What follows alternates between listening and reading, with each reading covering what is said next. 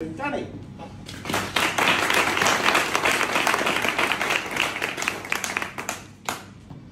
There's quite a lot of you, so bear with me. Good afternoon, everybody. Today I'll be talking about something that is personal to me, that I thought was important to share, not only about the condition, but also the misconceptions around it. The condition of Tourette's. Can I ask if you have any questions to ask them at the end, please?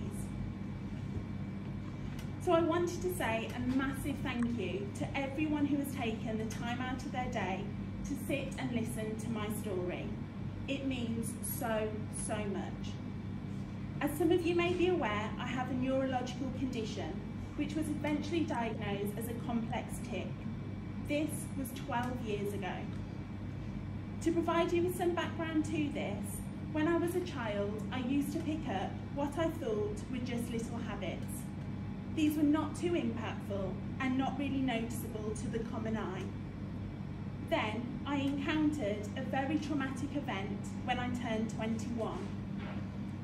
After college, I took a dance contract abroad, which seemed to exacerbate everything. It was at that point that my tics began to increase significantly and take over me as a person. When I finally returned home, they seemed to explode. It started off as shoulder movements and shaking of my upper body. Then 6 to 12 months later, there was a variance in the tics, which took the form of a vocal one. This started as a slight squeak, which then evolved into different noises over the years. I didn't understand what was happening to me, but I also didn't want to talk about it with anyone.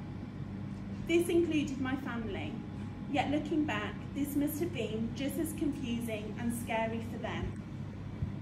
One day, my mum broached the subject with me and tried to encourage some open conversation about how to go forward. I was not ready for this and still trying to process the changes I was experiencing. She continued to persist with me until one day, I was so exhausted from suppressing this massive, overwhelming urge to tic that I opened up and explained that I wasn't okay. I was working in a small office at the time and was on the phone from the moment I walked through the door until the moment I left. I attempted the impossible by holding in as many urges as I could whilst getting on with my everyday job. I was quite literally at burnout. It was becoming obvious that it wasn't just in the workplace, but socially too. I was one of the lucky ones in so much as, due to my mum's profession, she had an understanding of where I could be referred to. So, upon visiting the GP, we already had a head start. We were able to seek a referral to the right people, which in my case was a neurologist at the Barbary, based at the Queen Elizabeth in Birmingham. Until this year, my diagnosis was a complex tic, and there was every suggestion that it would gradually subside back to being a mild disorder. However, this year, which is now 12 years on, I have the diagnosis of Tourette's. For me, this was the word I was dreading to hear. I have always associated Tourette's with people who swear alongside their tic and use rude gestures. This is something the media always seem to portray, and as such, seeing someone with Tourette's through the media's eyes is often presented in a comical way. In reality, 90% of the population with this condition do not do this, and my condition, I have been told, will not extend to this. I'm going to throw some concerning statistics for you to mull over. During my research, I have discovered that there are only 17 specialists in the UK, with 14 of them being based in London. It may surprise you to know that 50% of the population with a tic disorder remain without a diagnosis, hence why I say I was one of the lucky ones. 1 in every 100 children have a tic disorder, of which 50% of those never go into higher education or are able to maintain a job due to fear and anxiety. As a sufferer of Tourette's, It seems that this is one of the most misunderstood conditions on the planet. However, how can I expect the general public, without this condition, to have a clear understanding when there are so many misconceptions about it? In my case, I can share with you some of the personal facets to my tics.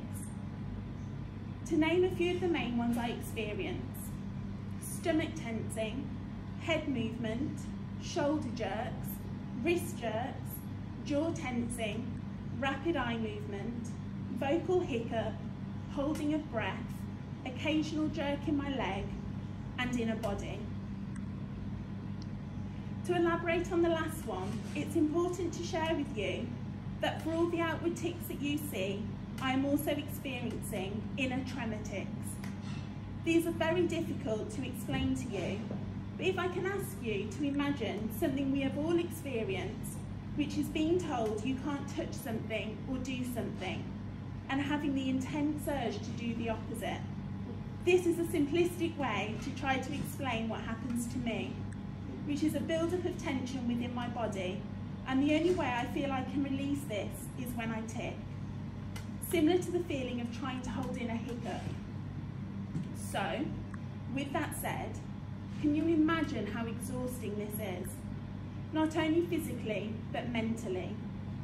To put it broadly, I feel I've done a whole workout on top of the normal daily routine. In addition, there are times when I experience heightened tic attacks. To elaborate on this, over several weeks or months, I can experience mild to moderate tics. Then one day an attack will occur, and the tics quite literally become unmanageable and take over me. There is no reason or rhyme to these, although over the last year, when these events happen, I've come to realise that it is imperative that I take time out and accept that my body needs a break, because not only is it exhausting, it physically hurts. In these instances, there is a necessity to simply sleep. It may surprise you to know that I do not appear to tic when I sleep. I would like to touch upon the darker side to Tourette's and throw in a few more statistics here. People with this condition can experience bouts of depression with feelings of hopelessness, and sadly, 48% of these people have thought about taking their own life. This is a heartbreaking realism of the diagnosis. There are not many days that go by where I don't experience judgment, mocking, mimicking, or being the subject of people's stares. I accept that I'm different, but it is also important to say that each and every one of us has our own little quirks. We are not all born with Tourette's. Certain situations in life can bring about drastic change, and this condition can manifest. It has taken me 12 years to get to this point, to the point of acceptance, and being able to stand here and share with you such personal details. I was always a confident, assured individual. You would hardly have noticed my quirk. But as the condition progressed, I lost myself for a time. That's why I am so proud to be standing in front of you all today. I feel very lucky to have found an employer and amazing work colleagues who have and continue to encourage openness, offering much support to enable me to bring my whole self to work each day.